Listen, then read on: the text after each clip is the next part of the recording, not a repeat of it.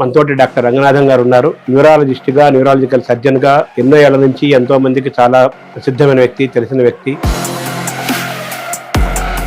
Brain strokes, brain haemorrhages, paralyse అవ్వటము ఇవి మాత్రం బాగా పెరిగిపోయింది. సో ఎందుకు మెదడు యొక్క వ్యాధులు పెరుగుతున్నాయి? నిద్ర ఒక పెద్ద కరువు అయిపోయింది. నిద్ర తక్కువ అయ్యేసరికి ఒకటి ఊబకాయం, బ్లడ్ ప్రెషర్, డయాబెటీస్, గుండెపోటు రావడం, హార్ట్ అటాక్ ఇవన్నీ వస్తూనే ఉంటాయి. స్ట్రోక్ అన్నది ఏదైతే ఉందో కొంతవరకు పగల పనుకోవాలా, రాత్రి పనుకోవాలా? పగలే పడుకుంటే పగల నిద్ర కింద న్యాచురల్ స్లీప్ కింద రాదు. ఎందుకంటే నిద్ర కోసం ఒక ముఖ్యమైనటువంటి హార్మోన్, దాని పేరు ఫోన్ అడిక్షన్ తోటి నిద్ర లేటుగా పనుకునే వాళ్ళు. అసలు నిద్రపోతున్నప్పుడు ఎలక్ట్రానిక్ గ్యాడ్జెట్స్, ఫోన్ కానీ, ఐప్యాడ్ కానీ, లేకపోతే మొబైల్ కానీ, ల్యాప్టాప్ కానీ ఏది కూడా అసలు మనకి మారుగా బ్రెయిన్, స్పెయిన్, తర్వాత నెర్వ్స్ మూడు అని చెప్తారు కదా. ఎలా వ్యాధులు సంక్రమిస్తే ఏమేమి ఉంటాయి సార్? ట్రామాటిక్ యాక్సిడెంట్స్, డీజనరేట్ వయసును పైబడిన వాళ్ళకి, అదే మెలిగ్నెన్సీ, ట్యూమర్స్. సో ఈ పార్కిన్సన్ ఎందుకు వస్తుంది? పార్కిన్సన్ అన్నది శరీరంలో మెదడు లోపల సృష్టికర్త. ఈ రోజుల్లో ప్రతి గల్లీలో కూడా జంక్ ఫుడ్ అని మొదలైంది. ఏదైతే మాదక ద్రవ్యాలు లేకపోతే మద్యం సేవిస్తే మెదడు లోపల కొన్ని కేంద్రాలు ఎలాగైతే దాని ఒక ప్రేరణ వస్తుందో వాటిలో చివరికి భారత ప్రధాని మన కొన్ని రోజుల క్రితం విన్నవించాడు, అయ్యా ఈ నిద్రపోయే టైంలో సడన్ గా మెలకు వచ్చి కొంతమందికి తిమ్ముడులు వస్తుంది.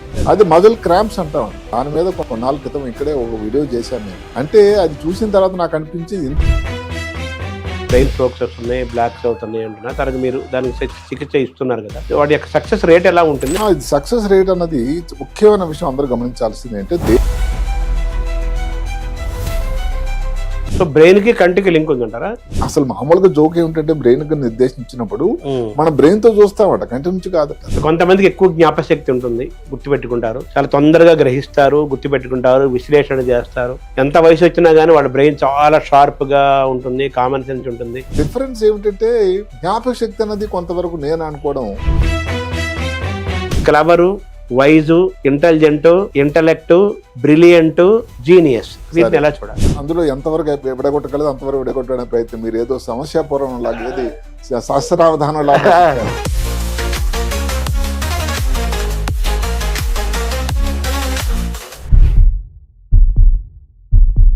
మనతోటి డాక్టర్ రంగనాథన్ గారు ఉన్నారు. వారు న్యూరాలజిస్ట్గా, న్యూరాలజికల్ సర్జన్గా ఎన్నో ఏళ్ల నుంచి ఎంతో మందికి చాలా ప్రసిద్ధమైన వ్యక్తి, తెలిసిన వ్యక్తి. కొన్ని లక్షల కేసులు వారు చూశారు. అనేక మందికి వారు ఆరోగ్యాన్ని ఇచ్చారు. ఆరోగ్య పదార్థగా చెప్పాలి. ముఖ్యంగా స్పైను, వెన్నెముక, మెదడు, నరాలకు సంబంధించిన వ్యాధుల్ని నయం చేయటంలో, అనారోగ్యంగా వచ్చిన పేషెంట్ని మంచి ఆరోగ్యంతో పంపించడంలో, వారికి వారి కుటుంబానికి ఆనందాన్ని ఇవ్వడంలో వారు అంకితమై వైద్య వృత్తిలో కొనసాగుతున్నారు. వారు మొదటి నుంచి చాలా మెరిట్ స్టూడెంట్.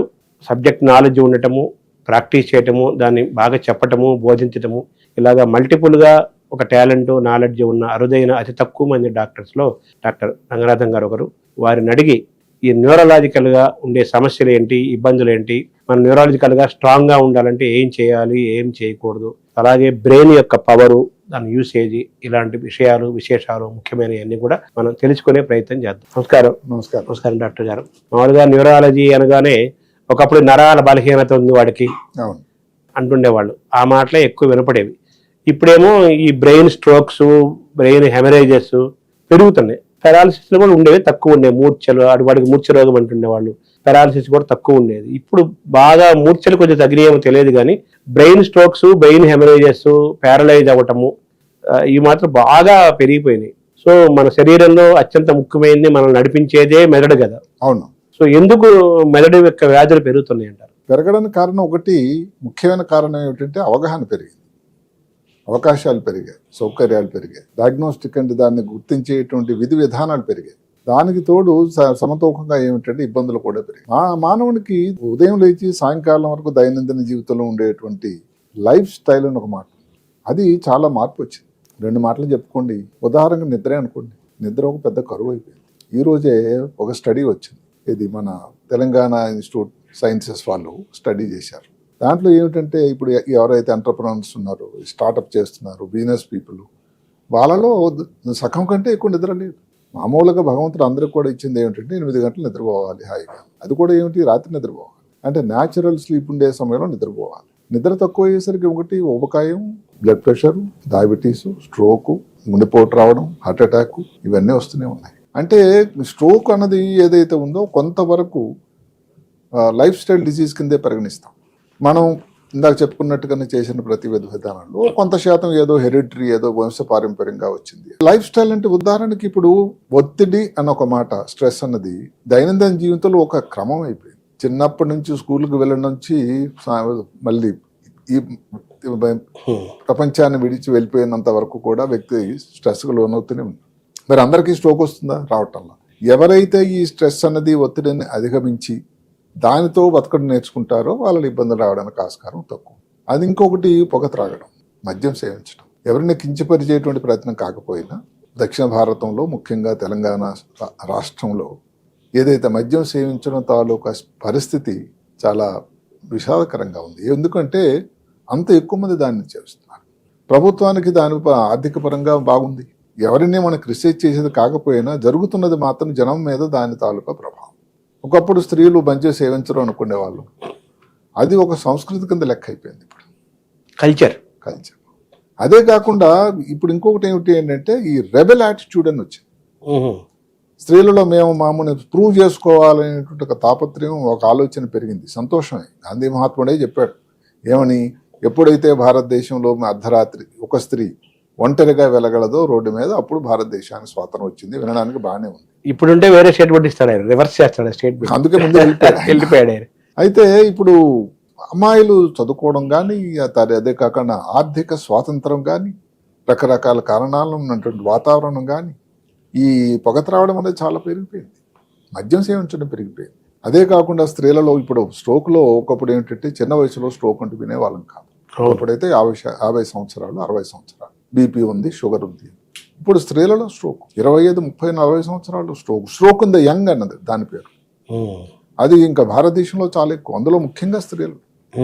అంటే దానికి కొన్ని కారణాలు ఏవైతే ఉన్నాయో, ఏదైతే ఉండే గుండెలో ఏదైనా రంధ్రం ఉంది, దాంట్లో కవాటాలని సరిగ్గా కొట్టుకోవట్లేదు, ఇలాంటి ప్రాబ్లమ్స్ అన్ని ఒకటి అన్నట్టయితే మద్యం సేవించడం కానీ, అదే కాకుండా ఈ పొగ త్రాగడం, డ్రగ్స్ కూడా వచ్చేసి ఇవన్నీ కూడా ఒకదానికొకటి సమ్మిళితమై వచ్చినటువంటి ఇబ్బంది క్యుములేట్ అవుతున్నాయి. అవును. అదే కాకుండా వ్యాయామం అనేది ఎలా ఉంటుంది అన్నది మర్చిపోతున్నారు. కొన్ని రంగాలు అంటే ఎవరిని ఒక వేలెత్తి చూపించడం కాకపోయినా ఏదైతే డస్క్ జాబ్స్ అంటాం, అంటే కూర్చొని చేసే పనులు, అవును సంతోషమే. ఆఫీసర్గా మంచి బాగానే ఉంటుంది, మంచి ఇది కూడా జీతం బాగానే ఉంటుంది. దాని వలన శరీరానికి ఎంతవరకు వ్యాయామం ఉండాల్సింది, మొబిలిటీ లేదు. అసలు భారతదేశంలో ఒక స్టడీ ప్రకారం 50% అసలు మొబిలిటీ లేక నిస్తేజంగా నిస్థానంగా ఉండేవాళ్ళు ఉన్నారట. అది లాంగ్ రన్ లో ఏదైతే భారత ప్రధానమంత్రి కొన్ని ట్రిలియన్ ఎకానమీ అవ్వాలి, ఇప్పుడు 5వ స్థానం నుంచి 3వ స్థానంకు మనం ఎగబాకాలనే ఆలోచన తాపత్రయం చేస్తున్నారు. ఇది అందరికీ దానికి దోహదపడితే కదా. ఇప్పుడు ఇక్కడ స్ట్రోక్ వచ్చి హాస్పిటల్ అడ్మిట్ అయ్యి ఏదైతే మ్యాండేస్ లాస్ అన్నట్టయితే మరి దాని పరిస్థితి ఏమవుతుందో అందరూ ఆలోచించాలి. ఆర్థికంగా ఎదగటం ఎంత ముఖ్యమో ఆరోగ్యంగా ఉండటం అంతకంటే ఎక్కువ ముఖ్యం, దానికంటే 2 సార్లు ముఖ్యం. ఆరోగ్యం ఉంటేనే దేశ ప్రగతి. అవును. అందులోన ముఖ్యంగా మనం చెబుతున్నటువంటి ఏదైతే ఏ దేశానికన్నా కానీ ఆర్థిక ప్రగతికి ఆయువు పట్టు ఏదైతే ఉందో యువత, వాళ్ళలో ఈ స్ట్రోక్ వచ్చింది అనుకోండి, వాళ్ళ మీద డిపెండెన్స్, వాళ్ళ భార్య, పిల్లలు, ఫ్యూచర్ అంతా కూడా. అందుకనే అందరూ ఆలోచించాల్సింది. వ్యాయామం గురించి మాలా మాట్లాడుకున్నట్టయితే ఎప్పుడో మాకు 5 డే వీక్ అని, ఏదో 6వ రోజు 7వ రోజు లాస్ట్ అటెండ్ చేస్తామని ఉంది, బాగానే ఉంది. కానీ ఆ రోజు ఏదో పని ఉంటుంది, మీరు వ్యాయామం చేయగలుగుతున్నారు. దానికని ఇంకో వీడియోలో చేసినప్పుడు అదే చెప్పాను నేను, ఒక 30 నిమిషాలు కానీ మీరు ఏదో పని చేస్తూ ఉన్నారు, పోనీ 40 నిమిషాలు పని చేస్తారు, ఒక 3 నిమిషాలు మీరు అటు ఇటు తిరగాలి.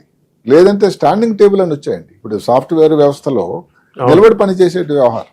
మధ్యలో ఊరికే దోస్తులందరూ కలవడానికి వెళ్ళడం, ఏమైతేనేమి కదులుతూ ఉండాలి. ఇంకా ఇంకొక మాట చెప్పాను, చాలా ఇంట్రెస్టింగ్ గా ఉంటుంది.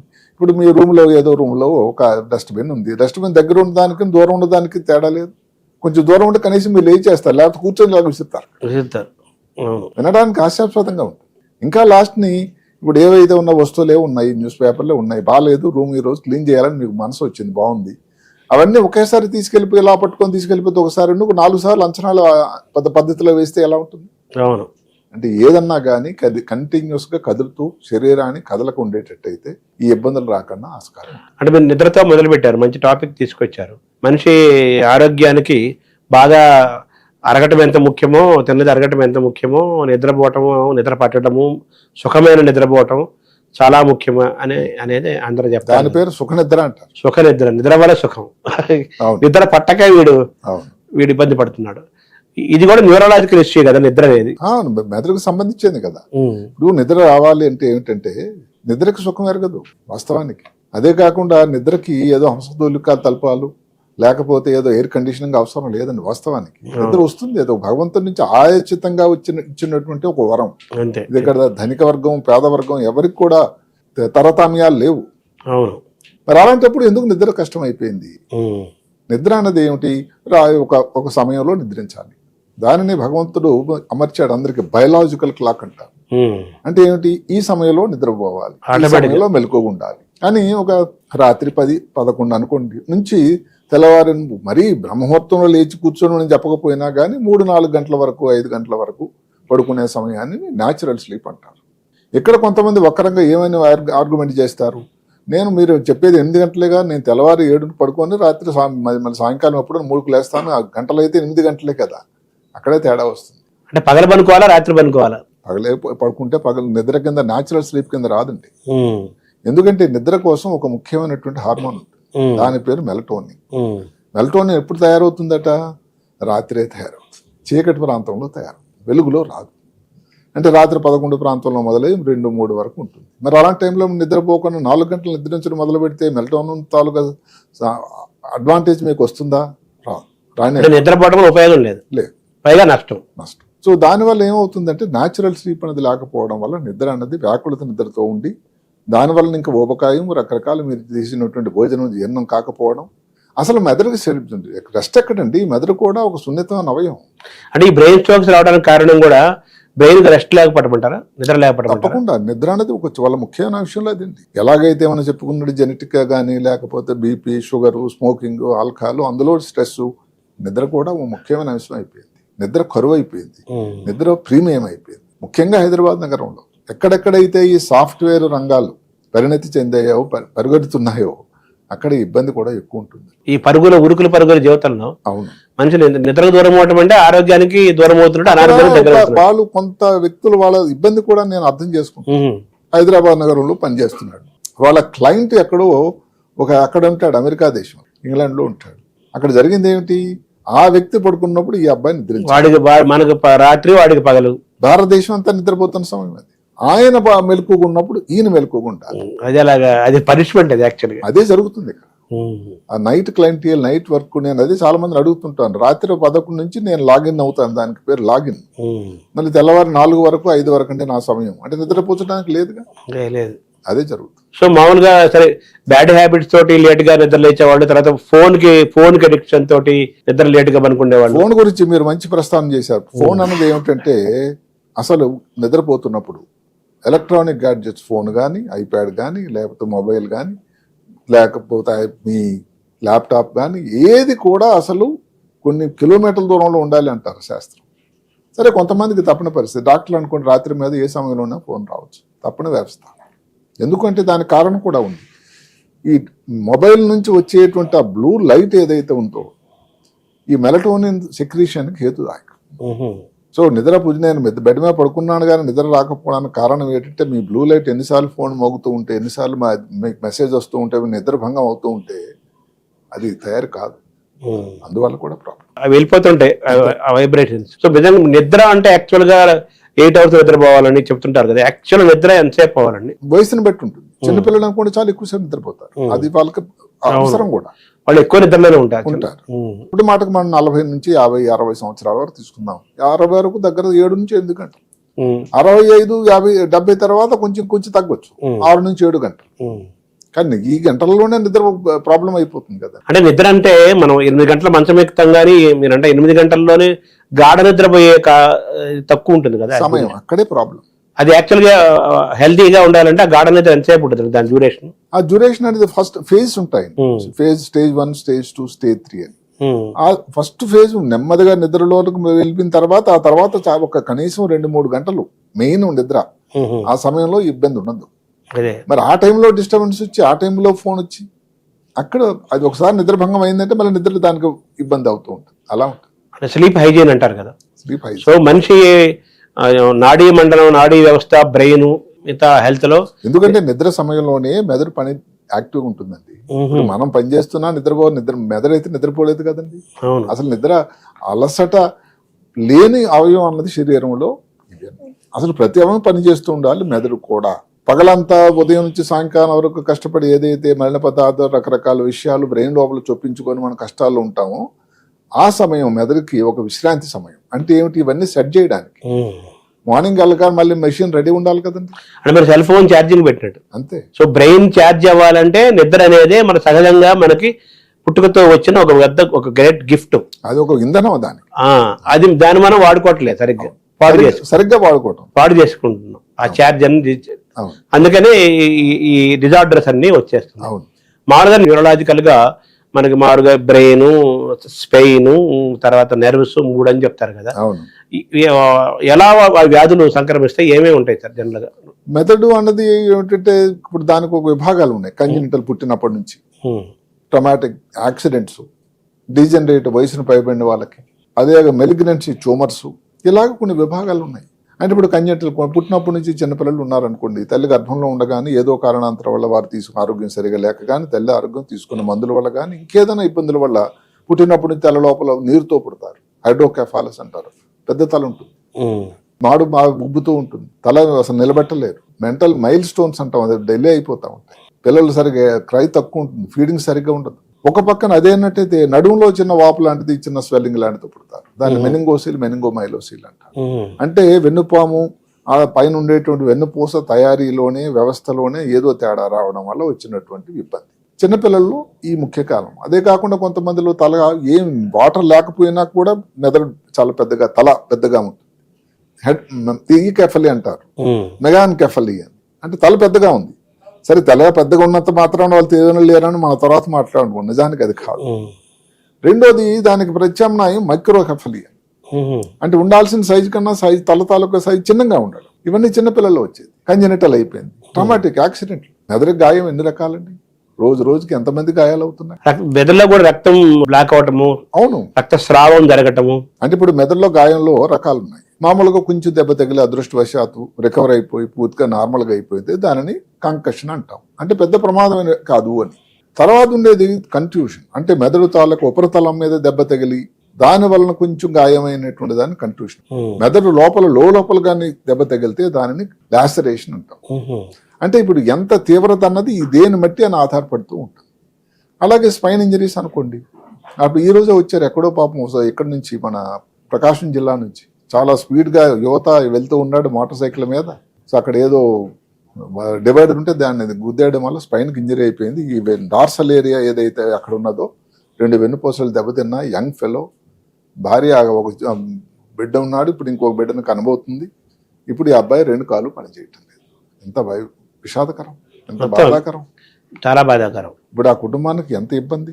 ఇవి ట్రామాటిక్. తర్వాత ఏమిటి, డీజనరేట్ అంటే వయసును బట్టి వచ్చే మార్పులు. మనం చెప్పుకుంటాం పార్కిన్సన్ వ్యాధిని, ఆల్జిమర్స్ వ్యాధిని, డిమెన్షియా అని. ఇవన్నీ కూడా వయసును బట్టి కొన్న మార్పులు వచ్చినటువంటి. ముఖ్యంగా ట్యూమర్స్ అని, బ్రెయిన్ ట్యూమర్స్ అని. ఇప్పుడు ఒకప్పుడు ఏంటంటే ట్యూమర్స్ భారతదేశంలో ఎక్కువే ఉన్నాయి కానీ మన దేశంలో ఏదో పెద్ద ఈ సైజు బత్తాయి పళ్ళు ఆ సైజులో ఉన్నాయి. అమెరికాలో అయితే చిన్న గురువింద గింజలు లాంటివో, లేకపోతే చిన్న ట్యూమర్లు వాళ్ళు పట్టేసుకున్నారట అని అనేవాళ్ళు. ఇప్పుడు మన దేశంలో కూడా చాలా చిన్న సైజులో ఉండగానే దాన్ని మనం గుర్తించగలుగుతున్నాం. భారతదేశం తాలూకా పరిస్థితి పాతకాలం లాగా లేదండి, అడ్వాన్స్ అయ్యాం చాలా చాలా చాలా. నేను ఎన్నోసార్లు చెప్పిన విషయమే. ఎందుకంటే 1987లో నేను హైదరాబాద్ నగరంలో వచ్చినప్పుడు ఏదైతే ముఖ్యమైన ఇన్వెస్టిగేషన్ ఫెసిలిటీ ఏవైతే ఉన్నాయో సిటీ స్కాన్ అని అనేవాళ్ళు. అవి 2 చోట్ల ఉంది. మళ్ళీ ఏమిటి, చుట్టుపక్కల వచ్చేటువంటి కర్ణాటక, కొన్ని ప్రాంతాలు కర్ణాటక, మహారాష్ట్ర, ఇలాంటి ప్రాంతాల్లో కూడా ఇదే గతి.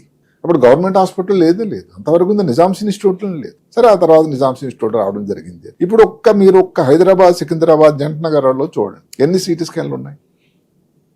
అదే కాకుండా ఎంఆర్ఐ తర్వాత వచ్చినటువంటి పెద్ద పరీక్షా విధానం ఏంటంటే ఎంఆర్ఐ. అంటే సిటీ స్కాన్లో తెలియని కొన్ని విధి విధానాలు కనుక్కోవడానికి ఎంఆర్ఐ హైదరాబాద్లోనే మొట్టమొదటిసారి వచ్చింది దక్షిణ భారతం, నిజాం సంస్థలోనే. దగ్గర 89-90 ప్రాంతం. సో అప్పటికి బాగానే జరిగింది. ఇప్పుడు మరి చూడండి అసలు ఎన్ని ఎంఆర్ఐ మెషిన్లు ఉన్నాయి. తర్వాత వచ్చింది పెట్ స్కాన్. అంటే ఏమిటి, ఇవన్నీ ఎందుకు చెప్తున్నాను, ఏకారు పెడుతున్నానంటే అందుకని ఇప్పుడు రివర్స్ డ్రైన్ అవుతుంది. అంటే ఏమిటంటే భారతదేశం నుంచి వదిలి వైద్య కోసం ఏదైతే విదేశాలకు వెంపర్లాడుతూ వెళ్ళేటువంటి పరిస్థితి చాలా చాలా తగ్గిపోయింది. అక్కడ నుంచి డెలివరీ కోసం వస్తున్నారు, అక్కడ నుంచి కోసం వైద్యం కోసం మళ్ళీ భారతదేశం హైదరాబాద్ నగరం వస్తున్నారు. నిజంగా ఆ విధంగా భాగ్యనగరం ఒక పెద్ద హెల్త్ హబ్ అండి ఈ రోజు. అంటే టెక్నికల్ అడ్వాన్స్మెంట్ జరుగుతుంది, ఏదో బ్రెయిన్ డ్రైన్ లాగా రివర్స్ డ్రైన్ అవుతుంది. సరే, ఇప్పుడు మీరు ప్రస్తావించారు బ్రెయిన్ అనగానే సంబంధించిన అల్జీమర్స్, పార్కిన్సన్ ఇవన్నీ చెప్పుకుంటూ వచ్చారు కదా. అల్జీమర్స్ ఎందుకు వస్తాయండి? ఇప్పుడు ఏ వయసులో వస్తాయి? ఆల్జీమర్స్ మామూలుగా 50 సంవత్సరాలు వస్తుంది, 50-60 సంవత్సరాలు పెద్ద వయసులో వస్తుంది. తర్వాత వాళ్ళ తాలూకు మెదడుల్లో ఉండేటువంటి కణాల సముదాయం సంఖ్య తగ్గిపోతుంది.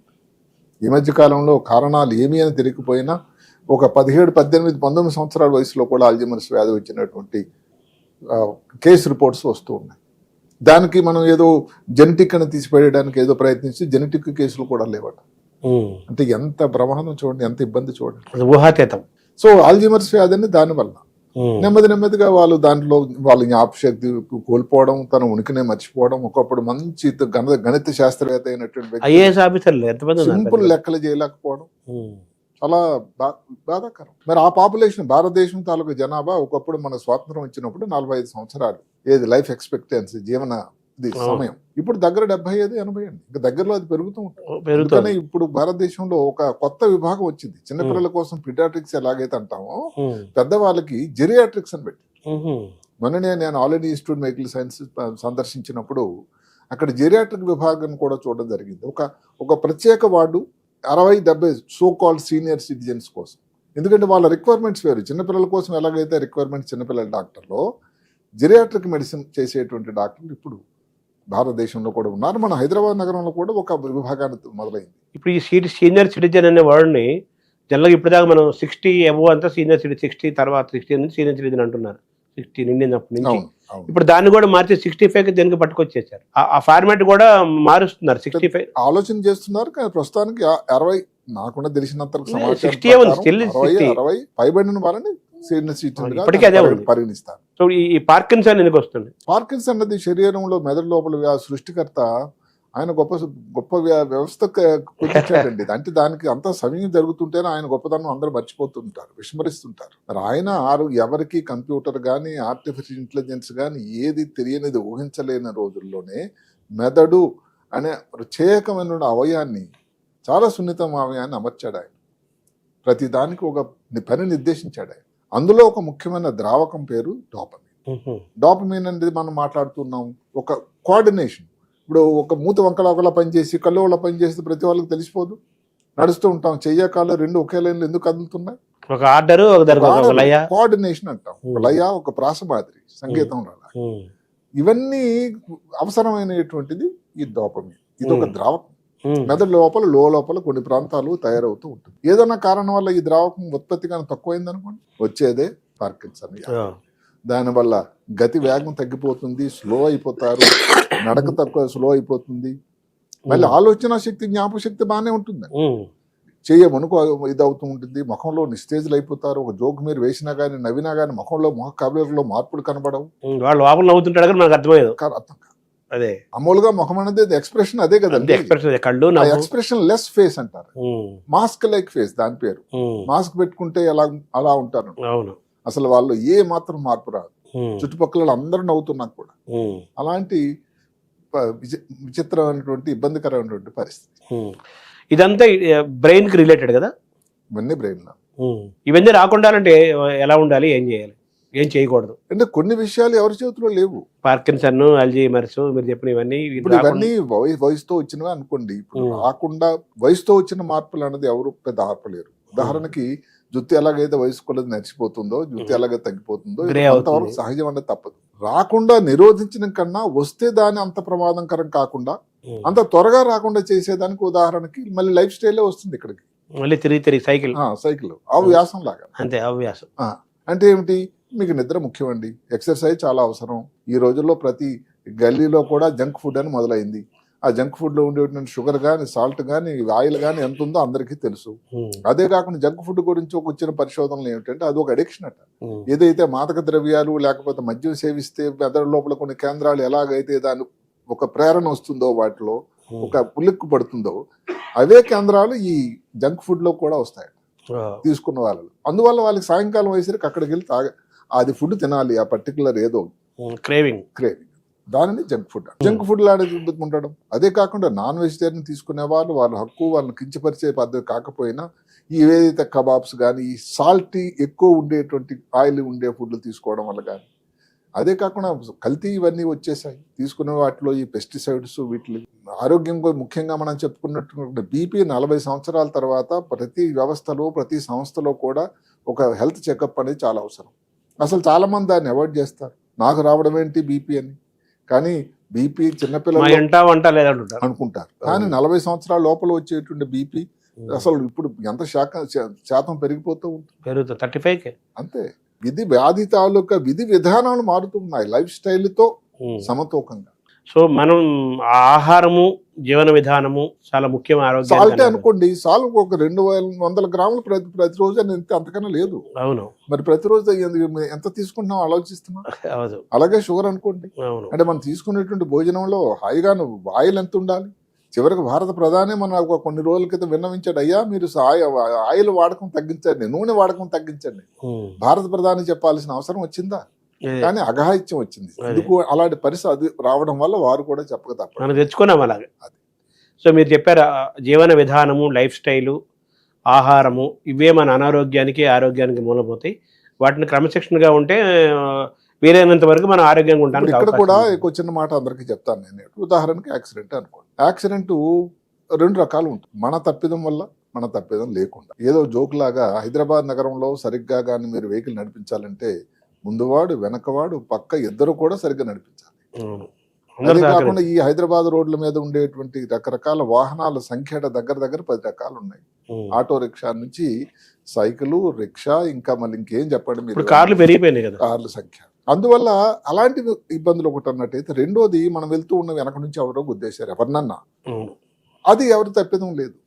కానీ ఇక్కడ ప్రభుత్వం వారు అందరూ ఎన్ని వేదికల మీద చెప్తూ ఉన్నారు ఏంటంటే శిరస్థానం ఏదైతే హెల్మెట్ పెట్టుకోవడం అని. హెల్మెట్ ఎవరో పోలీసు వాడి కోసం పెట్టుకోవడం అన్నది ఎంత కరెక్ట్? మన కోసం కాదు, హెల్మెట్ వాడి గురించి కాదు. అందుకని పాతకాలంలో మేము చదువుకున్న రోజుల్లో ఒక హిందీలోని దూరదర్శన్ కేంద్రంలో ఒక మంచి అడ్వర్టైజ్మెంట్ వచ్చేది. అంటే హెల్మెట్ అప్పుడే కొత్త ప్రయోగం వచ్చింది. హెల్మెట్ వాడకం గురించి చెప్తూ ఒక వ్యక్తి హెల్మెట్ మీద చెయ్యి వేసి మాట్లాడుతూ ఉండేవాడు. మర్జీ హై ఆప్కా ఆఖర్ సర్ హై ఆప్కి. దాన్ని తెలుగులో తర్జుమా చేసుకుంటే మీ ఇష్టం అండి, తల మీది, ఇది వాడతారా లేదా. ఇంకొక మాట అందరం గమనించాల్సింది ఏంటంటే, ఇప్పుడు హెల్మెట్ పెట్టుకుంటే యాక్సిడెంట్లు జరగబోయేవి కాక మానవు. హెల్మెట్ పెట్టుకోవడం వల్ల యాక్సిడెంట్లు మానవు. హెల్మెట్లు పెట్టుకోవడం వల్ల అది ఒక పెద్ద కవచం అండి. దానివల్ల దెబ్బ తగిలేటువంటి సీరియస్నెస్, ఇంటెన్సిటీ, ప్రమాదం తగ్గుతూ ఉంటుంది. అంటే ఇది బైక్ మీద చెప్పేవాళ్ళు చెబుతున్నారు. ఇప్పుడు కార్లు పెరిగాయి కదా, వాళ్ళు సీట్ బెల్ట్ పెట్టుకోవాలి. సీట్ బెల్ట్ కూడా ఎన్ని సౌండ్లు చేసినా దానికి రకరకాల ప్రత్యామ్నాయాలు, మన వాళ్ళు మహాతేలా మేధావులు దానికి ప్రత్యామ్నాయాలు కనుక్కొని దాన్ని వెనక నుంచి పెట్టేసి రకరకాలు పక్కన పెట్టేసి ఇది ఎవరి కోసం, అదే శోచనీయం. ఎవరి కోసమో చేయటం కాదు, మీకు, మీ కుటుంబానికి, మీ పిల్లలకి, మీ భవితకి, సమాజానికి కోసం కూడా మీరు చేసిన వాళ్ళు అవుతారు. ఒక్కసారి యాక్సిడెంట్ అయిందనుకోండి, ఏమవుతుందో మీకు తెలియని విషయం ఏమని చెప్పండి, మొత్తం మారిపోతుంది అంతే. అందుకని కొన్ని విషయాలు మన చేతుల్లో లేనివి, చాలా విషయాలు మన చేతుల్లో ఉన్నవి. సార్, ఈ ప్రయాణంలో మీరు చెప్పుకుంటూ వచ్చారు, మనిషి యొక్క మానసికమైన ఆరోగ్యము శారీరక ఆరోగ్యాన్ని ఇస్తుంది అంటారు. అలాగే మానసిక అనారోగ్యం శారీరక అనారోగ్యాన్ని ఇస్తుంది అంటారు కదా. Mental health leads to physical health and mental ill health leads to physical ill health అంటారు కదా. ఇది అందులో మనం మొత్తం నడిపించేది బ్రెయిన్ కదా. ఆలోచనలు, మంచి ఆలోచనలు, చెడు ఆలోచనలు, ఇవన్నీ ఆరోగ్యం అనారోగ్యం సైకిల్ మారు. అందుకే ఆయన మీ మాట కడ్డొస్తున్నాను, ఆ తలని ఎందుకు అక్కడ అమర్చాడు అడగండి. ఆయన ఎందుకంటే సృష్టికర్తకే తెలుసు దాని ముఖ్యత. తలంటే బ్రెయిన్ అని అంతే. అదే కాకుండా ఒకటి ఆ చోటు ఆపాదించడం దాని తాలూకు ముఖ్యత. రెండోది శరీరంలో ఏ అవయానికి లేనటువంటి ఒక గొప్ప కవచం అమర్చాడు, దాని బాని పుర్రె భాగం అంటారు. ఇంకా శరీరంలో అంతా బలంగా ఉండేటువంటి భాగం ఎక్కడ దేవుడు అమర్చిన హెల్మెట్ అది స్వయంగా న్యాచురల్ హెల్మెట్. అవును, అంతే. ఆయనకే తెలుసు దాని తాలూకు ముఖ్యత ఎంత. ఒక మనిషి ఎందుకంటే ఇంకొక విషయం మీకు చెప్పాలి, ఏ 2 బ్రెయిన్లు ఒకటి కాదట. అసలు ఈ చరాచర ప్రపంచంలో ఉండేటువంటి ముఖ్య ఒక గొప్ప ఆబ్జెక్ట్, ఒక ఆర్టికల్ మీరు చెప్పండి గొప్పదంటే మెదడుని మించిది లేదు. సుప్రీం అది. అంతే.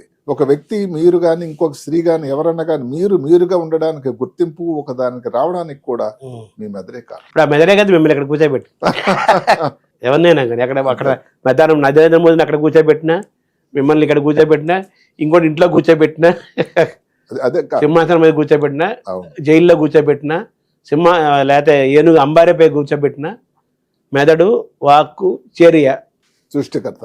సృష్టికి అది రిజల్ట్ ఉంది కదా. సో ఈ మెంటల్ హెల్త్ చాలా ఇంపార్టెంట్ కాబట్టి ఆ మెంటల్ హెల్త్ని ఇచ్చేది మనసు అంటే బ్రెయిన్ యాక్టివిటీస్, ఆలోచన విధానాలు, మనం చేసే వర్క్స్, యాక్షన్స్ అండ్ రియాక్షన్స్ కదా. ఈ మెంటల్ హెల్త్ని మనం ఎలా డ్రైవ్ చేసుకోవాలి? మెంటల్ హెల్త్ అనేది ఒకటి ఏమిటంటే అన్నిటికంటే స్ట్రెస్ అండి.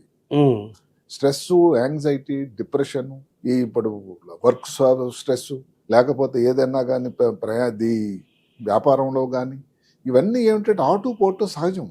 ఇప్పుడు అదే కాకుండా యువతలో ఏమిటంటే ఇప్పుడు లవ్ అఫైర్ తాలూకా ఇది అవ్వడం అంటే ఏది కూడా దాని ప్రభావం కొన్నాళ్ళ పాటు ఉంటుంది. ఒకసారి దానికి మెంటల్ హెల్త్ గానే డిస్టర్బ్ అయినట్టయితే అది బయటకు మీరు ఎన్ని స్కాన్లు చేసినా అది నార్మల్ గానే ఉంటుంది. చిత్రం ఏమిటంటే మెదడు ఎంఆర్ఐలు, సిటీ స్కాన్లు నార్మల్ ఉన్నాయి, అంటే బ్రెయిన్ నార్మల్ ఉంటుంది, కానీ మెంటల్ హెల్త్ అన్నది చాలా డేంజర్ అయి ఉంటుంది. దానికి స్కానర్ లేదు.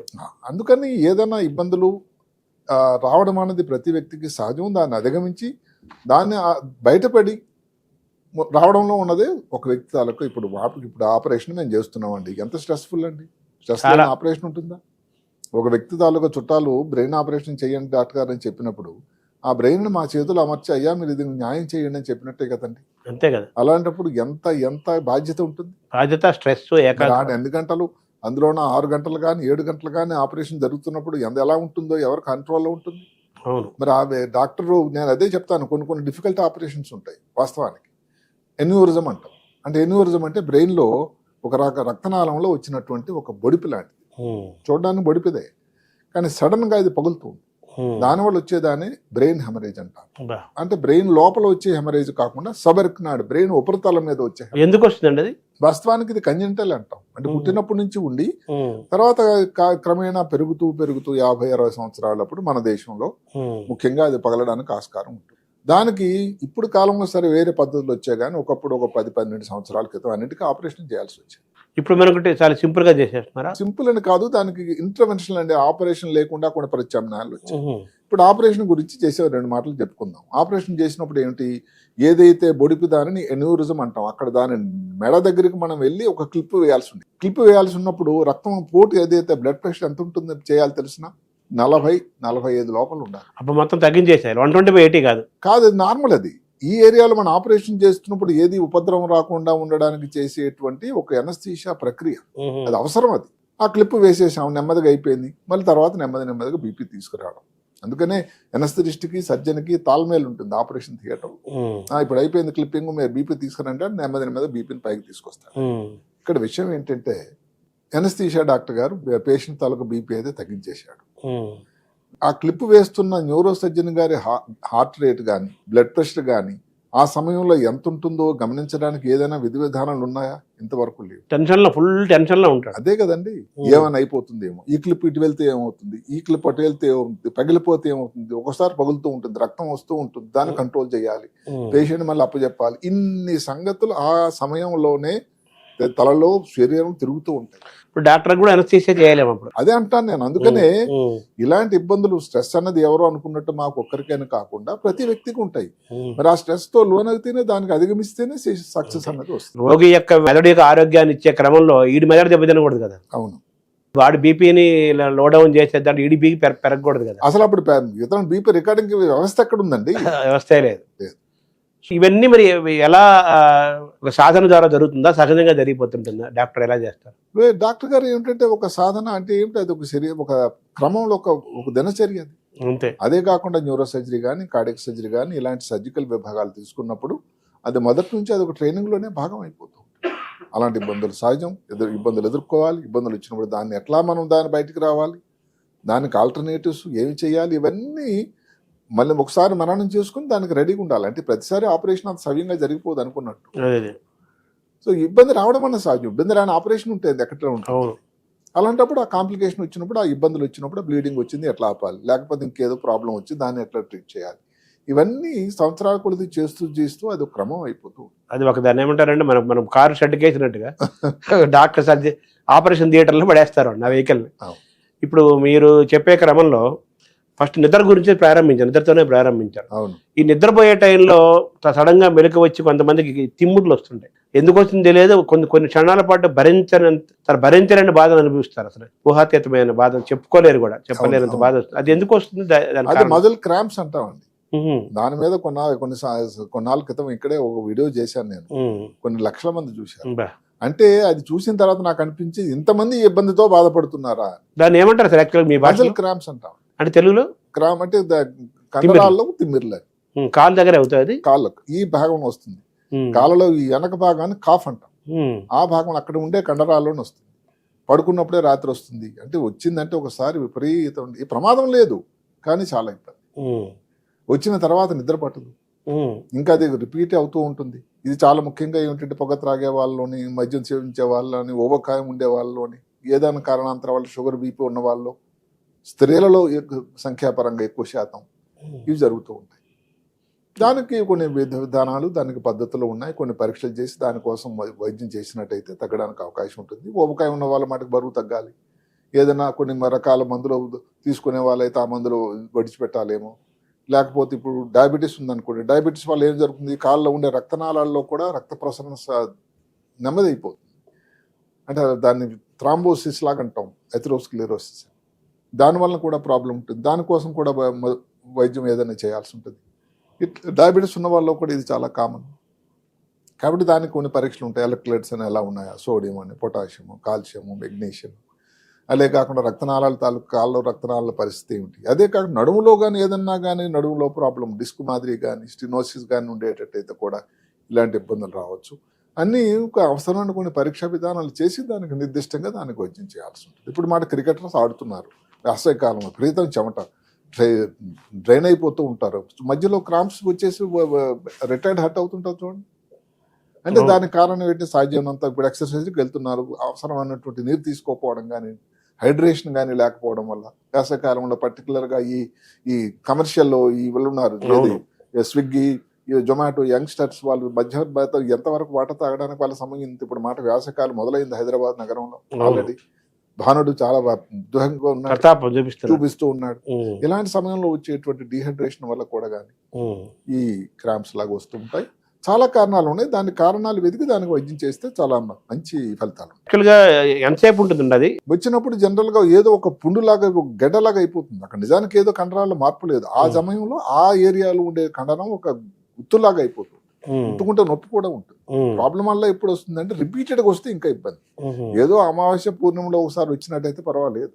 కొంతమందికి మాత్రం రిపీటెడ్ గా వచ్చి నిద్రాభంగం జరుగుతుంటేనే దానికోసం డాక్టర్ సందర్శించడం, దానికి పరీక్షా విధానాలు ముందు చెప్పుకున్నట్టుగా చేసి దానికి వైద్యం చేస్తే బాగా. సో దానికి పరిష్కారం ఉంది, ఉన్నాయి. ఇప్పుడు మీరు చెప్పిన అల్జీమర్స్ కి మరి వైద్యం ఉందా, నయమవుతుంది అసలు? అల్జీమర్స్ కి ఈ మధ్య కాలంలో చాలా ప్రయోగాలు జరుగుతూ ఉన్నాయండి. చాలా కొన్ని అంటే ఇంతకుముందు అల్జీమర్స్ వ్యాధి అనే డయాగ్నోసిస్ అనేది లేట్ అయ్యేది. అల్జీమర్స్ తొందరగా డయాగ్నోస్ చేసినట్టయితే కొన్ని మందులు కూడా వచ్చాయి. ఇంకా 100% ఇప్పుడు ఏదో టైఫాయిడ్కి, మలేరియాకి, టీబీకి వచ్చిన మందుల మాదిరి కాకపోయినా మంచి ఫలితాలు వస్తూ ఉన్నాయి. ఆ దిశలో చాలా మంచి ఫలితాలు వచ్చేటువంటి అవకాశం కూడా ఉన్నది. పార్కిన్సన్ కి అయితే ముందు నుంచి వైద్యం ఉన్నది. మందుల మాటకి ఎల్డోపా అని, సిండోపా అని, లేకపోతే సెలిజిలని ఉన్నాయి. చాలా మంచి మందులు ఉన్నాయి. అది కూడా ముందు ఎప్పుడు కూడా బెటర్ లేట్ దాన్ ఎవర్ లాగా ఎంత తొందరగా మనం దానిని మనం గుర్తించగలిగితే ప్రివెన్షన్, ఆ విధి విధానాలు దాన్ని బట్టి మారుతూ ఉంటాయి. దానివల్ల ట్రీట్మెంట్ కూడా మారుతూ ఉంటుంది. ఈ మధ్య కాలంలో ఏదైతే ఈ పార్కిన్సన్ వ్యాధికి ఆఖరిలో లాస్ట్ ఇంకా అన్యదా శరణము నాస్తే ఒక రకమైన శస్త్రచికిత్స కూడా, చికిత్సా విధానం కూడా ఉంది. ఇప్పుడు మీరు ఈ బ్రెయిన్ స్ట్రోక్స్, బ్రెయిన్ హెమరేజెస్, తర్వాత యాక్సిడెంట్స్ రూపంలో కానీ, స్ట్రెస్ వల్ల కానీ, ఊబకాయ వల్ల కానీ, రకరకాల కారణాల వల్ల బ్రెయిన్ స్ట్రోక్స్ వస్తున్నాయి, బ్లాక్స్ అవుతున్నాయి అంటున్నారు.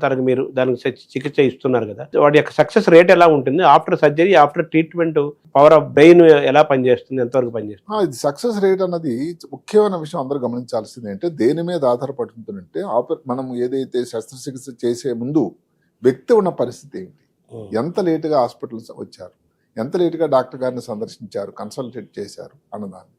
ఇప్పుడు యాక్సిడెంట్ అయిందండి, ఎక్కడో ఒక పెరిఫెరీలో అయింది, ఎక్కడ రూరల్ ప్రాంతంలో అయింది. ఇప్పుడైతే ప్రతి దగ్గర కూడా న్యూరో సర్జన్లు వచ్చారు, సంతోషమైన పరిణామం. ఎందుకంటే ఇప్పుడు ఖమ్మంలో ఉన్నారు, లేకపోతే వరంగల్లో ఉన్నారు, లేకపోతే మీ కరీంనగర్లో కూడా ఉన్నారు. ఒక 15 సంవత్సరాలు 20 సంవత్సరాల క్రితం అక్కడి నుంచి రావాల్సిందేగా హైదరాబాద్ నగరానికి. అక్కడ నుంచి వచ్చేటప్పటికి ఎన్ని గంటల సేపు ప్రయాణం, వారికి అంబులెన్స్ ఎంత తొందరగా దొరుకుతుంది. ఈ మధ్య జరిగే దాన్నే యాక్సిడెంట్లో రెండో మాట ఉంది. ఫస్ట్ యాక్సిడెంట్ అనేది ఏదో కారణాంతరం వల్ల జరిగింది. ఇంకొక మాట ఏమిటంటే సెకండ్ యాక్సిడెంట్. అంటే యాక్సిడెంట్ జరిగిన తర్వాత డాక్టర్ గారు సరైన వైద్యం అందజేసే దానికి మధ్యన ఉండే సమయం ఏదైతే ఉందో దానిలో జరిగేటువంటి ప్రమాదం, దానిని సెకండ్ యాక్సిడెంట్ అంటారు. సో ఇప్పుడు వైద్య విధానం అంతా కూడా ఏమిటంటే ఈ సెకండ్ యాక్సిడెంట్ని రాకుండా చేయడానికి. ఫస్ట్ యాక్సిడెంట్ సరే జరిగింది, సెకండ్ యాక్సిడెంట్ రాకుండా జరగదు. ఉదాహరణకు అన్నిటికంటే ముఖ్యమైనది ఏమిటి, మెదడులో తలకు దెబ్బ గాయం అయినప్పుడు అన్నిటికంటే శ్వాస తీసుకోవడం, గాలి తీసుకోవడం, ఎయిర్వే అంటాం. అంటే దానిని ఇప్పుడు ప్రతి ఊర్లో కూడా ఎనస్థీషియా డాక్టర్లు ఉన్నారు. ప్రతి చిన్న ఈ హెడ్ క్వార్టర్ తాలూకాలో కూడా ఎనస్థీషియా ఉన్నారు. ఫస్ట్ అక్కడి నుంచి పేషెంట్ పంపించేటప్పుడు ఒకవేళ అక్కడ న్యూరోస్థితి చేయడానికి సౌకర్యం లేకపోవచ్చును, కానీ గాలి తీసుకునేటువంటి ట్యూబ్ ఏదైతే ఉందో గొంతుకులో వేసి శ్వాస తీసుకోవడం సరైన క్రమంలో ఉంటే హైదరాబాద్ నగరం చేరుకునే వరకు కూడా ఒక 50% ఇబ్బంది అన్నది మీరు తగ్గించిన వాళ్ళు అవుతూ ఉంటారు. ఇది సెకండ్ యాక్సిడెంట్ రాకుండా ఉంటుంది. అంటే వాళ్ళ ప్రమాదం నుంచి తగ్గుతుంది. ప్రమాదం ఉన్నది, బ్రెయిన్లో మళ్ళీ ఆపరేషన్ చేయాలంటే ఇదంతా ఉంటుంది. కానీ అదే బ్రెయిన్ ఆపరేషన్ చేసేసరికి కంటికి 2 పాపలు ఉంటాయండి, కంటి పాపలు అంటాం. కంటిలో లైట్ వేస్తే ఇలా చిన్నగా అవుతాయి. అంటే కంటి పాపలు మెదడు లోపల దానికి విండోస్ అని మేము అంటాం, ప్యూపిల్స్ అంటాం. ఇప్పుడు కంటి పాపలు 2 పెద్దవైపోయాయి. శాస్త్రం ఏం చెప్తుందండి, ఒక కంటి పాప పెద్దది అయిపోతే ఏ కారణాంతరం వల్ల 50% ప్రాణానికి రిస్క్. 2 కంటి పాపలు పెద్దవైపోతాయి. మరి అలా పాతకాలంలో పేషెంట్ ఇక్కడికి వచ్చేసరికి 2 కంటి పాపలు కూడా పెద్దవైపోయే ప్రమాదం అనేటువంటి పరిస్థితి. సో దానికోసం కూడా అలాంటి రాకుండా ముందు జాగ్రత్తలు ఇవన్నీ ఇప్పుడు మనం. సో బ్రెయిన్ కి కంటికి లింక్ ఉందంటారా? అంటే మరి కంటి తాలూకు ఏమిటి, అసలు మామూలుగా జోక్ ఏమిటంటే బ్రెయిన్ కి నిర్దేశించినప్పుడు మన బ్రెయిన్ తో చూస్తామట, కంటి నుంచి కాదట. అంటే బ్రెయిన్ లోపల కదండి కంటి తాలూకు కేంద్రం. ఆ కేంద్రం నుంచి ఒక వ్యవస్థ అమర్చాడు ఆయన కంటికి. అంటే ఉండేది ఇక్కడ ఆక్సిపిటల్ లోబ్, అక్కడ నుంచి వ్యవస్థ వచ్చి కంటి నరాలు ఏదైతే 2వ నంబర్ నరం ఆప్టిక్ నరం ఉంటుందో అక్కడికి వస్తుంది. అంటే మెదడు లోపల తయారైనటువంటి ఇబ్బందులు, ఒత్తిడులు అవన్నిటికీ ప్రమాణికం బయటకు మనకు కనబడేది చూడగానే చేసేది. కంటిలో ఉండే కంటిపాపు పెద్ద అయింది అని అర్థం ఏంటి, ఆ భాగం ఏదైతే మెదడులో 2 భాగాలు ఉంటాయి, కుడి భాగం ఎడమ భాగం, ఆ భాగంలో ఏదైనా ఒత్తిడి తయారవుతుంది, ఏదో ట్యూమర్ ఉంది, లేకపోతే ఏదో గడ్డ తయారైంది, ఏదో రక్తం స్రావం అయింది, చీము మొదలైంది అని ఇలాంటివన్నీ తెలియజేసేటువంటి ఒక సింపుల్ బెడ్ సైడ్ పరీక్ష అది. ఇప్పుడు మామూలుగా ఈ యాక్సిడెంట్ ద్వారా జరిగింది చెప్పారు మీరు, చికిత్సా విధానము దాని జాగ్రత్తలు. అలాగే మామూలు సహజంగా వచ్చే స్ట్రోక్స్, హెమరేజెస్, వాటికి స్ట్రోక్స్ అంటే జనరల్ గా శస్త్రచికిత్స అన్నది చాలా లిమిటెడ్ అండి. స్ట్రోక్స్ లో కూడా 2 రకాలు ఉంటాయి, హెమరేజిక్ స్ట్రోక్, ఇస్కీమిక్ స్ట్రోక్ అని. ఇస్కీమిక్ స్ట్రోక్ అంటే ఏంటి, మెదడులో వెళ్ళేటువంటి రక్తనాళాల్లో ఈ రక్త గమనం తగ్గిపోతుంది, స్లో అయిపోతుంది, దానివల్ల థ్రాంబోసిస్ అయిపోతుంది. ఇప్పుడు 100% స్ట్రోకులు వచ్చేటట్టయితే 90% స్ట్రోకులు అనేది ischaemic stroke, 10% haemorrhagic stroke. Haemorrhagic stroke అంటే ఏంటండి, హెమరేజిక్ స్ట్రోక్ అంటే రక్తనాళం పగిలి మెదడు లోపల రక్తస్రావం తయారవడం, వాటిల్లో ఇంకా ప్రమాదం అయింది. దేనికి కూడా సర్జరీ అనేది మొదటి ఆలోచన కాదు. కొన్ని ప్రమాదకరమైన పరిస్థితుల్లో ఇంకా మరి ఆ పేషెంట్ని బతికించాలి, ఏదో ఒకలాగా ప్రయత్నం చేయాలి అన్నట్టయితే దాని తాలూకా కొన్ని శస్త్రచికిత్సలు అందుబాటులోకి ఉన్నాయి. దాని అయినా కానీ ఇక్కడ అందరూ గమనించాల్సింది ఏంటంటే, స్ట్రోక్ వచ్చినప్పుడు మెదడులో ఆ ప్రాంతం తాలూకా రక్తం సప్లై డ్యామేజ్ అయిపోయింది. రక్తం సప్లై మళ్ళీ మామూలుగా పునరుత్తేజం చేయడానికి ఈ మధ్య కాలంలో కొన్ని వచ్చి ఇంటర్వెన్షన్ రేడియాలజీ అని వచ్చింది. మాకు రక్తం సప్లై బ్లాక్ అయిపోయింది అనుకోండి, దానిని థ్రాంబెక్టమీ చేస్తున్నారు. అంటే యాంజియోగ్రామ్ ఎలాగైతే గుండెకి మామూలుగా చేసేది, బ్రెయిన్కి యాంజియోగ్రామ్ చేసి ఒక క్యాథెటర్ పంపించి అక్కడ ఉన్న థ్రాంబస్ని బయటకు లాగడం వల్ల మళ్ళీ రక్త ప్రసరణ పునర్జీవం అవ్వడానికి అవకాశం ఉంది అని. అది కాకుండా అప్పటికే కానీ పూర్తిగా ఆ ప్రాంతంలో ఎక్కడైతే బ్లాక్ అయిపోయిందో ఆ భాగం బ్రెయిన్ కానీ డ్యామేజ్ అయిపోయింది అనుకోండి, దానిని మరి పూర్తిగా నార్మల్ అవ్వడానికి ఆస్కారం ఉంది. సో వీటి యొక్క రేట్ ఎలా చూడాలి సార్? అక్కడ సక్సెస్ రేట్ అన్నది అక్కడ కూడా మళ్ళీ సమయమే, టైమ్ ఈజ్ గోల్డ్. ఓకే, ఇప్పుడు స్ట్రోక్ అనుకోండి, మేము విండో పీరియడ్ అంటాం, గోల్డెన్ పీరియడ్. అంటే ఏమిటి, 4 గంటల లోపల కానీ స్ట్రోక్ వచ్చిన తర్వాత ఏదో చేతులు తిమ్మిరయ్యా, మాటలో తేడా వచ్చింది, ఏదో సైన్ చేస్తుంటే చేసి సరి కదలలేదు, అప్పుడే కానీ డాక్టర్ కన్సల్ట్ చేశారంటే బ్రహ్మాండ ఫలితాలు ఉన్నాయి. సరే ఒకసారి వచ్చింది, కొంచెం చెయ్యి వీక్ అయింది, ఇంత లోపల డాక్టర్ దగ్గరికి ఏదో హైదరాబాద్లో ఎక్కడ అల్వాల్లో ఉన్నారు, 6 గంటలో వచ్చేసారు. దానికి ఈ వైద్యం చేసి కొన్ని మందులు కూడా ఉన్నాయి, ఏదైతే రక్తం బ్లాక్ అయిపోయిన మందును విడగొట్టడానికి, డైల్యూట్ చేయడానికి. అది వచ్చానంటే అది కూడా మంచి ఫలితాలు. ఎంత సార్ 4 hours అది? అది 4 hours. ఈ మధ్య కాలంలో దానిని ఇంకా కొంచెం ఎక్కువ చేశారు, 6 hours అని. మొత్తం మీద golden period, so called window period అనేది 4 గంటలు, 4 to 6 hours, 4 నుంచి 6 గంటలు. పెరాలసిస్ ఎలా చూడాలి సార్? పెరాలసిస్ అనేది దీని భాగమే. ఇప్పుడు కుడి పక్కన కానీ బ్రెయిన్ లో రక్తస్రావం అయితే ఎడం కాలు ఎడం చేయి వీక్ అవుతుంది. ఎడం పక్కన బ్రెయిన్ లో కానీ రక్తస్రావం కానీ రక్తం సప్లై కానీ తక్కువ అయిపోతే కుడి కాలు కుడి చేయి వీక్ అవుతుంది. అదే కాకుండా మాటలో తేడా ఇప్పుడు ఎడం పక్కన వస్తుంది. ఎందుకంటే సృష్టికర్త మాట కేంద్రం ఏదైతే స్పీచ్ సెంటర్ అన్నది మెదడులో ఎడం పక్కన ఎక్కువ మంది కలుగుతారు. చిన్న బ్రెయిన్ పెద్ద బ్రెయిన్ అంటారు కదా, అవును. అదేంటండి అది? అది పెద్ద మెదడు అంటే ఇదంతా ఈ భాగంలో ఉన్నదల్లా. ఇది ఎడం పక్క లేదు, పెద్ద మెదడు ఇదంతా కూడా పెద్ద మెదడు. ఈ చిన్నదాన్ని ఈ భాగంతో ఉన్నదాన్ని చిన్న మెదడు అంటారు. పెద్ద మెదడుని సెరిబ్రమ్ అని, చిన్న మెదడుని సెరిబెల్లం అంటారు కదా. ఇది చిన్న మెదడు చితికిపోయింది అంటుంటారు, ఎందుకంటారు ఆ మాట? అంటే చిన్న మెదడు అంటే అది ఉన్న సైజ్ చిన్నది, దాంట్లో ఇబ్బందులు ఉంటే వేరే ఉంటాయి. ఇప్పుడు ఉదాహరణకి ఏదైతే కోఆర్డినేషన్ ఉండకపోవడం, మాటలో తేడా రావడం, స్వచ్ఛత మాటలో తేడా రావడం, గాలి తీసుకోవడంలో ఇబ్బంది రావడం, బీపీ పల్స్ ఇలాంటి వాటిలో తేడా రావడం, ఇలాంటివి జరుగుతుంది. సో పేరుకే చిన్న మెదడు కానీ దాని అవసరం చాలా ఉంది. అంటే సైజు ప్రకారం చిన్నదే, కానీ నిజానికి ఏంటంటే పెద్ద మెదడు గొప్ప, చిన్న మెదడు తక్కువ లేదండి. అదే కాకుండా మెదడు తాలూకా సైజుని బట్టి ఒక వ్యక్తి తెలివైన వాడు, ఒక వ్యక్తి పెద్ద మెదడు ఉంది కాబట్టి తెలివైనడు కాదు. ఎందుకు ఆల్బర్ట్ ఐన్స్టీనే ఉన్నారు. ఏది ఒకప్పుడు గొప్ప శాస్త్రవేత్త, సైంటిస్ట్ ఆయనది ఐక్యూ అనేది 150 నుంచి 106. నమ్ముతారా మీరు? మామూలుగా మెదడు తాలూకా సైజు అందరికి మీకు మాకు 1400 గ్రాములు ఉండాలి, ఆయనకు 1230 అట. మరి అంత మేధావి ఎలా అయ్యాడంటే, అంటే అర్థం ఏమిటి? సైజ్ ఒకటే ఇది కాదు. అది ఈ క్రమంలో యూసేజ్ ఆఫ్ బ్రెయిన్ కూడా ఉంటుంది కదా. బ్రెయిన్ ఉండటం వేరు, సైజు వేరు, ఉండటం వేరు, యూసేజ్ వేరే ఉంటుంది. అంటే అక్కడ దానికి యూసేజ్ కన్నా ఆయనని, అంటే ఇప్పుడు మెదడులు జరిగిపోయిన తర్వాత పరీక్షలు చేసేటువంటి అవకాశం చాలా తక్కువ మంది మెదడు మీద జరిగింది. అందులో ఒక ఆల్బర్ట్ ఐన్స్టీన్ గారు మెదడు మీద రీసెర్చ్. ఎందుకంటే ఒక సైంటిస్ట్ థామస్ హార్వే అని ఆ మెదడుని ఆ చుట్టాలకు తెలియకుండా దొంగిలించేశాడు.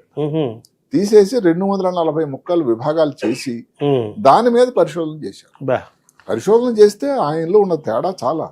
ఇక్కడ పెరైటల్ లోబ్ అని ఉంటుంది, అది ఈ ఐన్స్టీన్ గారిలో మామూలు వాళ్ళకంటే 15% ఎక్కువ. దాని అర్థం ఏంటి సార్, దాని సారాంశం? ఎందుకు అంటే దానికి ఇప్పుడు స్పర్శ కోసం, తెలివి కోసం, జ్ఞాపక శక్తి కోసం బాగా యాక్టివ్గా ఉండడానికి ఉండేటువంటి సెంటర్ అది. అక్కడ ఆయనకి చాలా పరిణతి చెందింది. ఆయన ఫిడల్ వాయించేవాడు, వైలిన్ వాయిచకారుడు. అందుకని దానికి ఉపయోగమైనటువంటి ఏదైతే సెంటర్ ఏదైతుందో రైట్ సైడ్, ఆయన ఎడం చేయవాటం, ఎడం చేతితో రాసేవాడు. సో దాన్ని మనం సాధన ద్వారా పెంచుకునే మార్గాలు ఉన్నాయా? దానికి ఉన్నదానిని బెటర్ చేయడానికి తప్ప సాధన వలన నార్మల్ గా అవ్వడానికి ఆస్కారం లేదు. అంటే ఆయన లాగా బ్రెయిన్ తయారు చేసుకోవడం అవదా మనం అంటే? అది లేదు, అది లేదు. ఎందుకంటే అది కొంతవరకు మెదడు తయారీలోనే ఉన్నది, ఆల్రెడీ మేడ్. ఆ తర్వాత మన ప్రయత్నాలు, మన ఆలోచన, తర్వాత మన ఏదైతే సాధన, అలవాట్లు, జీవన శైలి, వీటిలన్నింటిని బట్టి ఏంటంటే ఒకటే ప్రమాదం రాకుండా చూసుకోవచ్చు. ఏమంతా అనుకోని ఉపయోగం కూడా ఏదన్నా కొంచెం ఒక పైసా ఎక్కువ అవ్వచ్చు. మాటకి ఇప్పుడు ఉన్నాడు ఎలాంటి మసుకున్నాడు, ఆయన తాలూకా ఏది ఐక్యూ ఇంటెలిజెన్స్ కోషెంట్ అట 160 అట. ఒక అమ్మాయి ఎవరో భారత పాప 254 అట. ఎవరో ఇప్పుడు ప్రపంచంలో రికార్డు ఏంటంటే 276 ఐక్యూ. అంటే ఐక్యూ లెవెల్స్ పెరుగుతున్నాయి. అంటే న్యూటన్ గారు 180, 190, లయనార్డో డావిన్సీ 180, 170, మస్క్ అయితే 160 దగ్గర ఆగింది. మరి అలాగే ఈయన కూడా 160 అన్నట్టు మేధావి ఐన్స్టీన్ కూడా. సో పెరాలసిస్ అనేది అది కూడా అందులో లింక్డే, అంతే, బ్రెయిన్ లింక్డ్. బ్రెయిన్ లోనే దాని ఇబ్బంది కారణాలు మనం చెప్పుకున్నాం. బీపీ, షుగర్ ఏదైతే చెప్పుకున్నాం, ఉపకాయం, వంశపారంపర్యంగా రావడం, కొవ్వు పదార్థాలు ఎక్కువగా సేవించడం, ఎథెరోస్క్లెరోసిస్, కొంతవరకు వయసు తాలూకా ప్రభావం, వీటన్నిటి.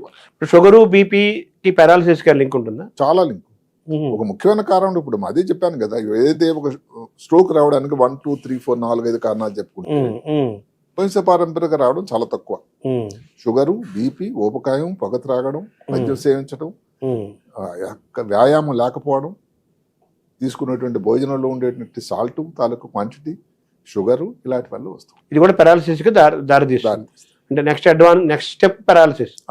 సో దాన్ని మనం ఎవరిని భయపెట్టి ఇప్పుడు తీసుకున్న వాళ్ళలో కారణాలు మనం చూస్తే చెక్ లిస్ట్ చూసుకునేటట్టయితే ఇవన్నీ ఉంటాయి. ఒకటి దాని జాగ్రత్తగా ఉండండి, దాని యొక్క సారాంశం. అయితే మనం ఇందులో ధ్యానము ఇటువంటి ద్వారా ఆధ్యాత్మిక సాధన, ధ్యానం, భారతదేశం అంతా ఆధ్యాత్మిక వాతావరణం ఎక్కువ కాబట్టి ఎక్కువ మంది భారతీయతలో సనాతన ధర్మము, ఆధ్యాత్మికత, ధ్యానము, యోగము, ప్రాణాయామము, సంగీత సాహిత్యాలు, వీటి ద్వారా మనం అనారోగ్యాన్ని పోగొట్టుకొని ఆరోగ్యాన్ని పెంచుకొని మెదడును పదును చేసుకునే అవకాశాలు ఉన్నాయంటారా? ఇప్పుడు ప్రపంచమంతా యోగా కదని మాట్లాడుతున్నారు.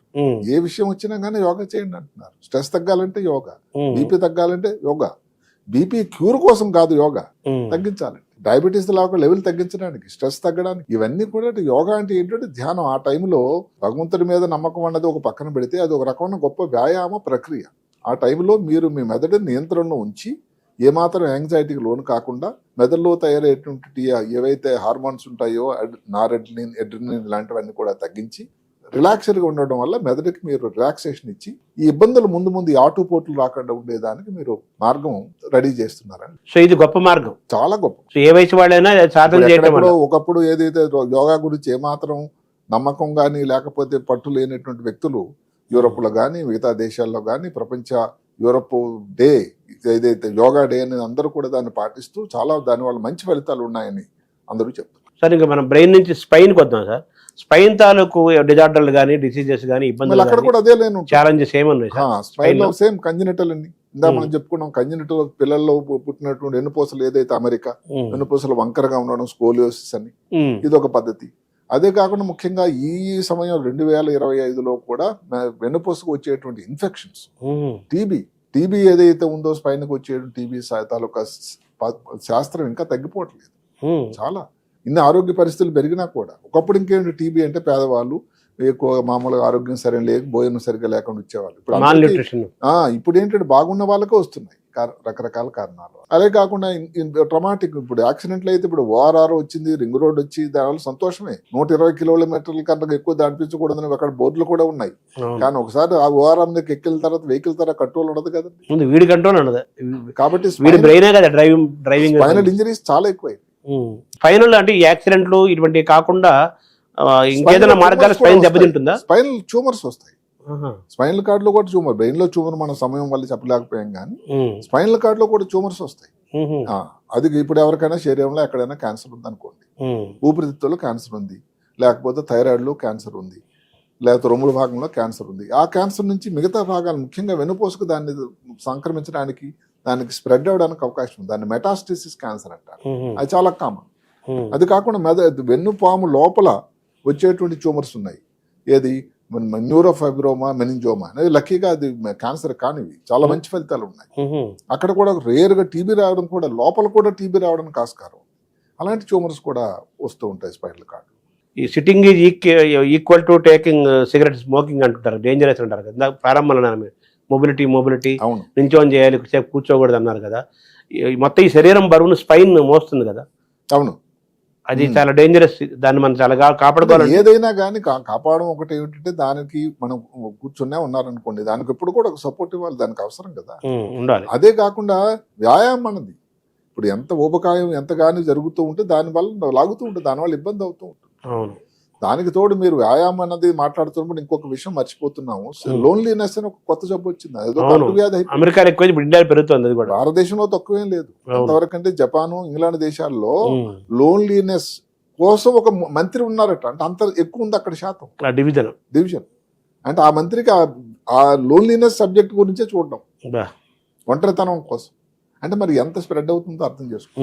ఇప్పుడు ఇక్కడ నుంచి భారతదేశం నుంచి అమెరికా రకరకాల వెళ్ళే పిల్లలు వాళ్ళందరూ వలస వెళ్తున్నారు. తల్లిదండ్రులు అందరూ మరి ఏదో ఒక తండ్రో తల్లో జరిగిపోయారు, ఎవరో ఒకరు ఉంటారు. మరి లోన్లీనెస్సే కదండి. అది వచ్చినటువంటి ఇబ్బందులు ఆయన మొన్నటి వరకు ఏది జో బైడెన్ గారి తాలూకా సర్జన్ జనరల్ ఒక ఆయన ఉండేవాడు, భారతీయ సంతతి ఆయన ప్రకారం ఏంటంటే రోజుకు దగ్గర 12-15 సిగరెట్లు కాలిస్తే ఎంత ప్రమాదమో అంత ప్రమాదం ఒంటరితనం అట. బ్రెయిన్ మీద పనిచేస్తుంది, మెదడుపై ట్రైన్ చేస్తాం. అదే కాకుండా ఇవన్నీ రావడానికి మనం చెప్పుకున్నటువంటి షుగర్, బీపీ ఇవన్నీ రావడానికి కూడా అది ఒక దోహదకారి ఒక కారణం కూడా. ఒంటరితనం డేంజరస్, చాలా డేంజరస్. అలాగే ఈ స్పైన్ కి ఇంకేమైనా ఉన్నాయి సార్? స్పైన్ రిలేటెడ్ మనం చెప్పుకున్నాం, ఇదే ఇన్ఫెక్షన్ చెప్పుకున్నాం, దానిలో స్పైనల్ కార్డు, స్పైన్లో రకరకాల ఒక్కొక్కసారి ఏదైనా కానీ ఈ రక్తం సప్లై స్పైన్ లో క్లాట్ తయారవడం, హెమటోమాస్ అంటాం, ఇలాంటివి కూడా స్పైన్ లో ముఖ్యంగా డీజనరేటివ్ చేంజెస్ అన్నిటికంటే ముఖ్యమైనది. ఇప్పుడు మనకి డిస్క్ ప్రొలాప్స్ అంటారు, నా డిస్క్ వచ్చిందండి, బ్యాక్ ఏక్ వచ్చింది, సర్వైకల్ స్పాండిలైటిస్ వచ్చింది. అంటే ఏంటంటే వయసుతో బట్టి కొంచెం మార్పులు వస్తూ ఉంటాయి, అరుగుదల వస్తూ ఉంటాయి. ఆ స్పైన్ 2 వెన్నుపూసల మధ్య ఉండేదాన్ని డిస్క్ అంటాం. అది ఒక చిన్న మెత్తలాడితే సృష్టికర్త అమర్చాడు, సైకిల్లో వాషర్ మాదిరి. అది ఏదైనా కారణం వల్ల కానీ పక్క జరిగింది అనుకోండి, ఎంతో దానికి దూరం అంతా కొన్ని మిల్లీమీటర్ల దూరం వెళ్ళిపోవడం మీద అప్పుడు దానివల్ల ఇబ్బంది వచ్చి కాళ్ళు చేతులు వీక్ అవడం కానీ, లేకపోతే కాళ్ళు తిమ్మిరెక్కడం కానీ, కాళ్ళు పని చేయకపోవడం, చేయి పని చేయకపోవడం, చేతులు కాళ్ళు రెండూ పని చేయకపోవడం. సో అవి చాలా ముఖ్యమైన కామన్ గా ఉండేటువంటి ప్రాబ్లమ్. ఈ డిస్క్ సర్జరీ వచ్చేసాయి కదా, డిస్క్ కి డిస్క్ బ్రహ్మాండం సర్జరీలు. డిస్క్ మారుస్తారా? అంటే డిస్క్ లో పాతకాలంలో ఏంటంటే డిస్క్ ఎక్కడైతే ఇబ్బందికరం, దేని వల్ల అయితే వ్యక్తికి ప్రాబ్లం ఉందో దాన్ని తీసేసేవాళ్ళం. ఇప్పుడు దానికి ఇంకా చాలా మార్గాలు వచ్చాయి. ఏమిటంటే డిస్క్ తీసే దానికి కొత్త ఇంప్లాంట్ ఒక కేజీ లాంటిది వస్తూ ఉంది. అదే కాకుండా పూర్తిగా నడుము ఓపెన్ చేయకుండా వచ్చేటువంటి ఎండోస్కోపిక్ మెథడ్ డిస్క్లని వచ్చాయి. చాలా చాలా మారింది. సార్ మనం బ్రెయిన్ స్పైన్ చూసుకున్నాం, మిగతా నాడులు ఉన్నాయి కదా, నెర్వ్స్, న్యూరాలజీ, వాటి అవి ఏమున్నాయి సార్? ఇప్పుడు అది కూడా యాక్సిడెంట్ అయింది అనుకోండి, యాక్సిడెంట్ అయినప్పుడు చెయ్యలాగా రోడ్డు మీద పెట్టి పడిపోయి తెలియకుండా ఆ టైంలో ఇక్కడ ఉండేటువంటి నరాలు బేకరీ ప్లెక్సెస్ అంటారు. అంటే దీనికి ఈ చేతికి రావడానికి దగ్గర ఒక 7 నరాలు 8 నరాలు ఉంటాయి. అవి ఏదైనా డామేజ్ అయినా చెయ్యి ఎత్తలేం కదా. మనిషి స్పృహలో ఉంటాడు, చక్కగా ఉంటాడు, చెయ్యి పని చేయటం లేదు, అది కూడా చాలా ప్రమాదం. నాళ్ళల్లో మనకి ఏమేమి వస్తాయి సార్ యాక్సిడెంట్ కాకుండా? సహజంగా యాక్సిడెంట్లు కాకుండా ఇప్పుడు మరి మనకి ఎలక్ట్రిక్యూషన్ అంటాం, అంటే కరెంట్ షాక్ కొట్టింది అనుకోండి, దాని వలన కానీ అక్కడ కూడా రేర్ గా ఏమైనా ట్యూమర్స్ కానీ, అందులో కూడా ఏమైనా ఇన్ఫెక్షన్ కానీ. అదే కాకుండా మొన్నటి వరకు వింటున్నాం గిలెన్ బారీ సిండ్రోమ్ అని. అవును, నరాల్లోనే వచ్చింది, నాడీ మండలంలోనే. అంటే కాల్లో మొదలై నడుము, తర్వాత చేతులు, ఇంకా అవన్నీ కూడా. మొత్తం ఈ నాడీ మండలం అనే ఇన్ఫెక్షన్ ఏదైతే ఉందో గానీ, వైరల్ ఇన్ఫెక్షన్ కానీ, కొన్ని రకాల బ్యాక్టీరియల్ ఇన్ఫెక్షన్ కానీ ఏమన్నా కానీ నాడీ మండలం. అదే కాకుండా డయాబెటీస్, హైదరాబాద్ నగరం భారతదేశం డయాబెటిక్ హబ్ అయిపోయింది. అవును, క్యాపిటల్. సో అందువల్ల వచ్చేటువంటి అదే కాకుండా ప్రీ డయాబెటిక్ సంఖ్య ఎంతో ఉంది, కొన్ని మిలియన్లు ఉన్నారు. ఈ ప్రీ డయాబెటిక్స్ వల్ల 50% మళ్ళీ డయాబెటిక్ అవుతారట ఏదో ఒక రోజున, సరిగ్గా జాగ్రత్తలు తీసుకోకపోతే. వీళ్ళ వాళ్ళు ఈ డయాబెటిక్స్ ఉన్న వాళ్ళలో ఒక 10 సంవత్సరాలు 15 సంవత్సరాల్లో కానీ కంట్రోల్ లేకపోతే వచ్చేటువంటి ఒక వ్యాధి డయాబెటిక్ న్యూరోపతి అంటారు. అంటే నరాలు చచ్చుబడిపోవడం, తిమ్మిర్లు, రాత్రి నిద్ర పట్టదు, నడవలేని పరిస్థితి, నిలబడుతూ ఉంటే బీపీ తక్కువైపోవడం, మలబద్ధకం, ఇవన్నీ కూడా న్యూరోపతి, పెరిఫెరల్ న్యూరోపతి తాలూకు. అవి కూడా నరాలకు సంబంధించిన వ్యాధులు. సరే, మొత్తం ఈ నాడీ మండలం మొత్తానికి రాజు బ్రెయినేనా? అంతే. దాన్ని రెండుగా గుర్తించారు, central nervous system, peripheral nervous system. Central అంటే మెదడు, వెనుపాం, పెరిఫెరల్ నర్వస్ సిస్టమ్ అంటే నరాలు. స్టేట్ టు సెంటర్ లాగా. State to central. తర్వాత మనం అంతా ఈ బ్రెయిన్ చుట్టూ మాట్లాడుకున్నాం సార్. ఇప్పుడు కొంతమందికి ఎక్కువ జ్ఞాపశక్తి ఉంటుంది, గుర్తుపెట్టుకుంటారు, చాలా తొందరగా గ్రహిస్తారు, గుర్తుపెట్టుకుంటారు, విశ్లేషణ చేస్తారు. ఎంత వయసు వచ్చినా కానీ వాళ్ళ బ్రెయిన్ చాలా షార్ప్గా ఉంటుంది, కామన్ సెన్స్ ఉంటుంది, సెన్స్ ఆఫ్ హ్యూమర్ ఉంటుంది.